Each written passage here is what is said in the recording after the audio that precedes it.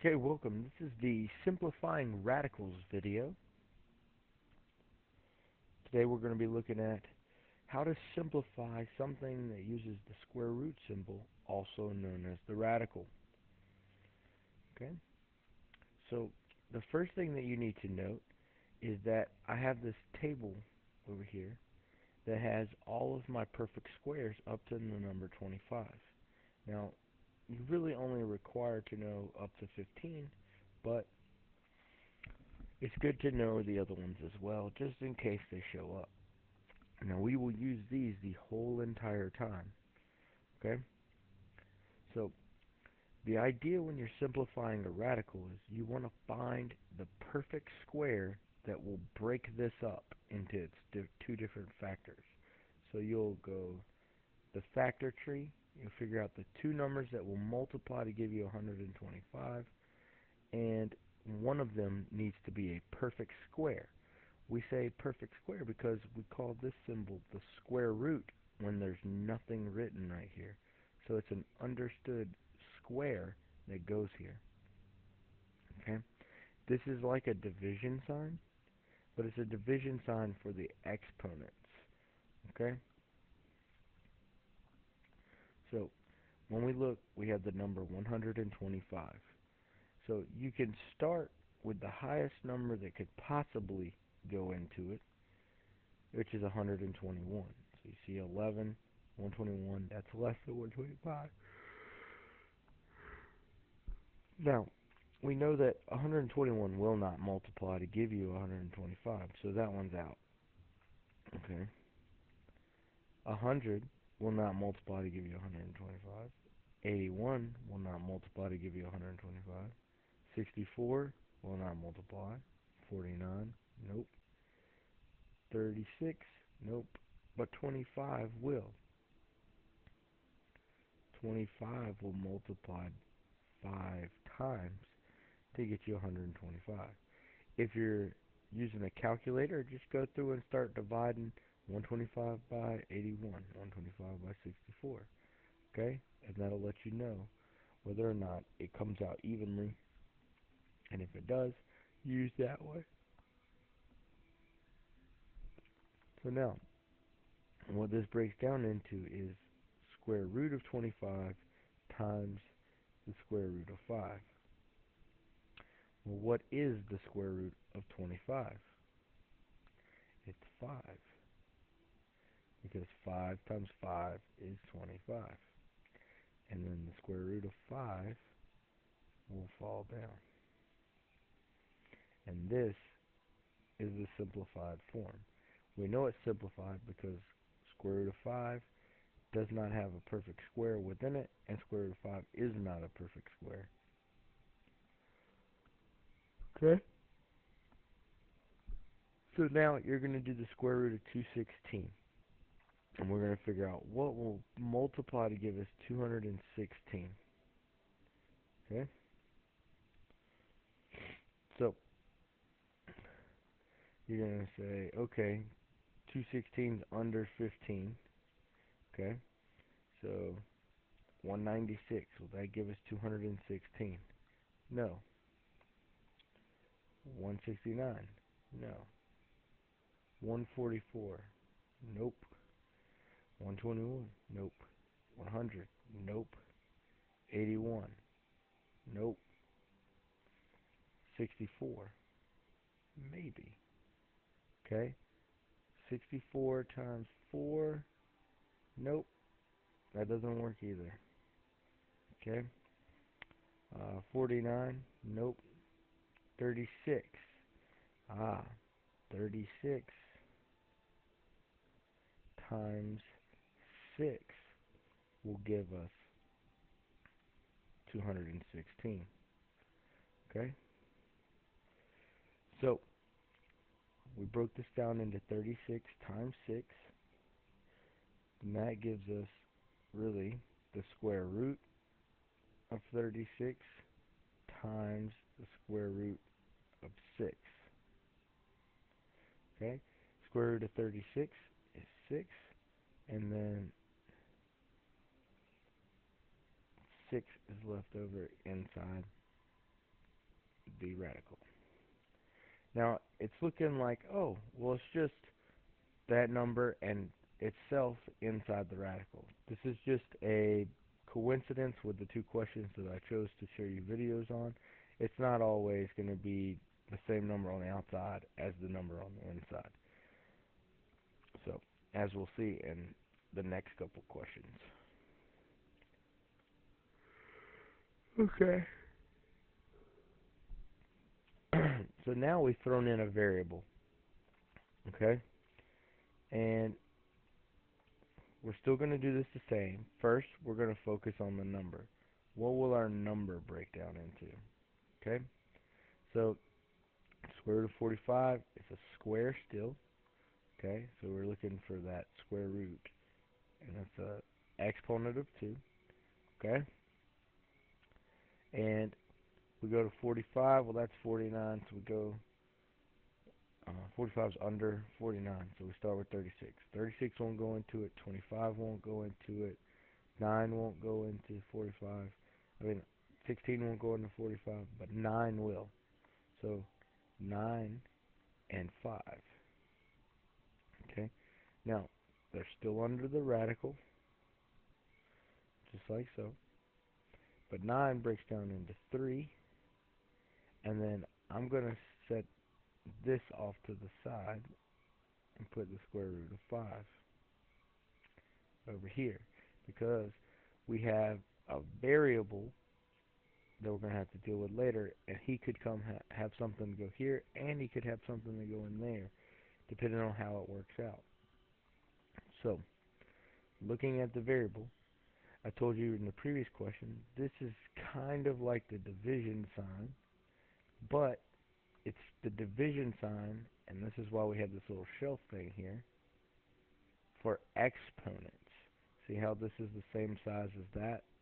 It's way smaller than the big number in here, because you're not dividing those numbers. You're taking the square roots of those numbers. But here, when you talk about it, it's the same size as an exponent.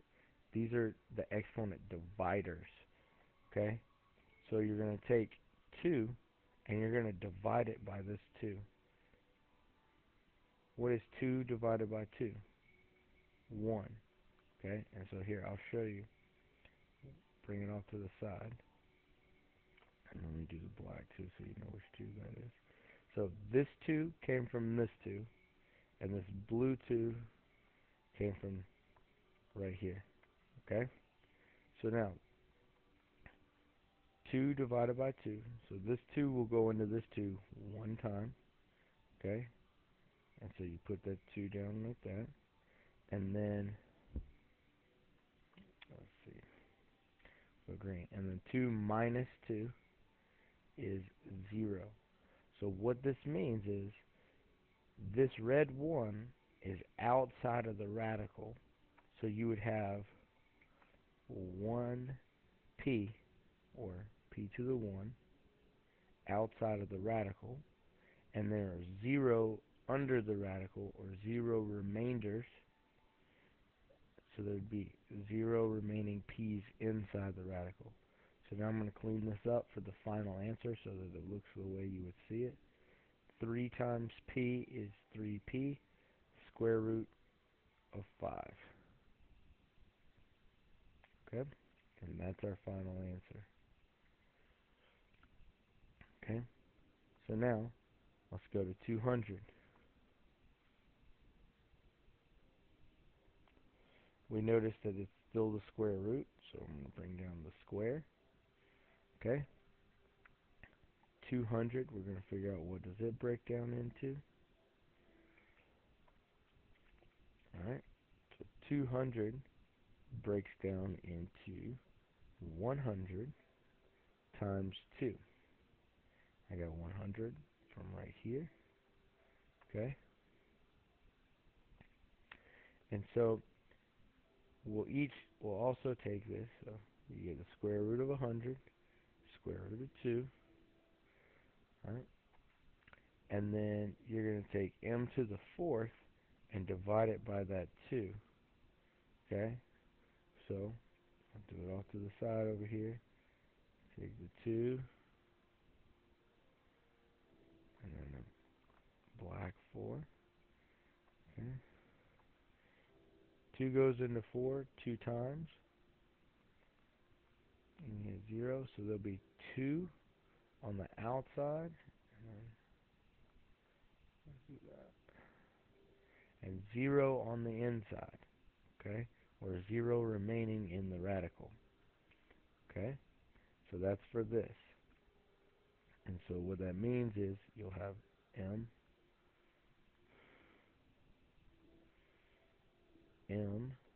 squared and nothing under the radical still. Okay? So then let's look at n. N has an exponent of 1. There's an understood 1 right there. Whenever you don't see a variable, that exponent is a 1. So I'm going to put the 1 under the radical, and then we have the 2 outside the radical that we're going to divide it. How many times does 2 go into 1? 0. Okay? And so you're subtracting 0 from it, and then there's a remainder. Sorry, trying to color coordinate. So that's a 0. Okay? And 1 minus 0 is 1. So in this case, we'll have 0 n's on the outside and 1 remaining on the inside. So for this particular one, 1n will go inside the radical and there'll be no n's outside the radical. Okay? So now let's clean this all up and simplify it down. Square root of 100 is 10. We don't know the square root of 2. Or we do know the square root of 2. It's just not a perfect square, so you leave it in the radical. You have m squared, square root of n. And now what you want to do is combine the stuff that's outside the radical together and the stuff that's inside the radical together. So these two things are outside the radical, so this is 10 times m squared, which is 10m squared. And then the stuff that's inside the radical, you multiply those together, and so you get the square root of 2 times n, which is 2n. And so that's your final answer.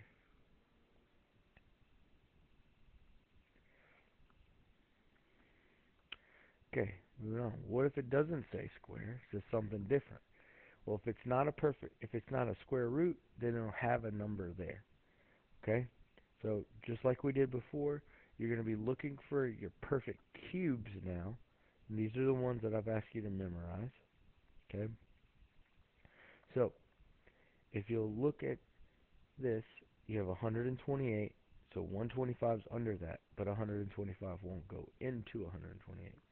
So you try 64. Well, 64 actually does go into this. So this will break down into 64 and 2. Okay? And so then you take the cube root of it. Don't forget that little 3. If you forget that 3, it's not accurate. Okay? So you ask yourself, okay, what is the cube root of 64? Well, you come here, it's the base of 4. So you'll get 4 here.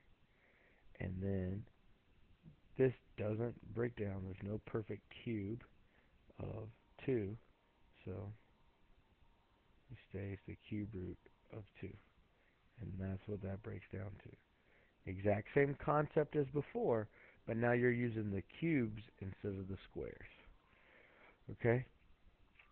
So now, cube root of this with variables, the concept is still the same. Okay? Figuring out what number up here will divide 32. So I bounce around all my numbers, and 8 will divide 32. Okay? So this will break up into 8 times 4.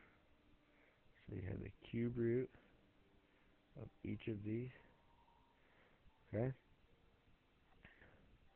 And then we're going to kind of go off to the side over here, and we're going to do the same thing we did before. This is the division sign for exponents. Okay? So I've got some room. 5 under the radical, and then the 3 is on the outside. So you see where I get the two numbers from. Okay? Now, 3 goes into 5 one time. Okay? So you subtract 3. And then 5 minus 3 is 2.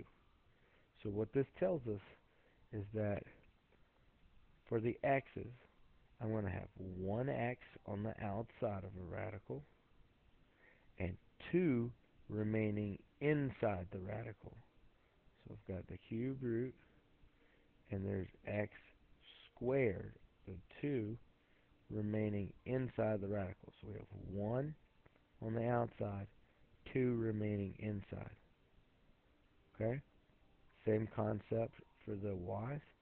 You have 9 under the radical. The 3 is on the outside of the radical. 3 goes into 9 3 times. You get 9. And then 9 minus 9 is 0. So this tells us we'll have 3 y's on the outside and 0 remaining inside. So I have y with 3 here. And then there's 0 under the radical, or 0 remaining in the radical. Okay? So now we're going to clean this up a little bit. Cube root of 8 is 2. We can't do anything with the cube root of 4. X will come down. The cube root of x squared, y to the third. And then just like before, we'll go through anything that's not in the radical symbol will get multiplied together. So 2 times x times y to the third gives you 2x y to the third. And then all the stuff that's in the radical gets multiplied together. So this and this will get multiplied together. And you get the third root of 4x squared. Always make sure your radical sign covers all of the stuff. And that's our remaining answer. Okay? Moving on. Finally, we got the cube root. This is about as hard as I can make it. Okay? Get the cube root of 125. A to the 14th, B to the 33, C. And technically there's a 1 there. So if you get confused, throw a 1 up in there. Okay? Now, 125 is actually a perfect cube. So you don't have to break it down into anything. It just will be able to take the perfect cube of it. And the cube root of 125 is 5. So, that was really simple. Cube root of 125 is 5. Because it has a base of 5. Okay? So now, the 14. Let's come up here. The 14 is under the radical. And then we are cube rooting it. Okay? 3 goes into 14 4 times. And that gives you a 12. And you have a remainder of 2. So there'll be 4 A's on the outside. And then 2 remaining on the inside. We'll try the same thing again. With the B's, there's 33 under the radical. A 3 on the outside of the radical. 33 will go in, 3 will go into 33 11 times, which is 33, with a remainder of 0. Or the other way you could have thought about this, 3 goes into 3 one time, remainder of 0, bring down to 3. 3 goes into 3 again, one time, with a remainder of 0. Okay? Which means that we'll have b to the 11th on the outside and 0 b's on the inside. There will be no b's going on the inside. Okay? Then we'll take 1 from the c on the outside, on the inside, 3 on the outside. 3 goes into 1 0 times, and you have a remainder of 1. So there's going to be no c's outside and 1 c inside, remaining inside. And so we'll just have the third root of c to the 1. Okay, so now we'll go and clean this up. Anything that's on the outside of a radical gets put together. So you have 5a to the 4th, b to the 11th. And anything that's inside of a radical,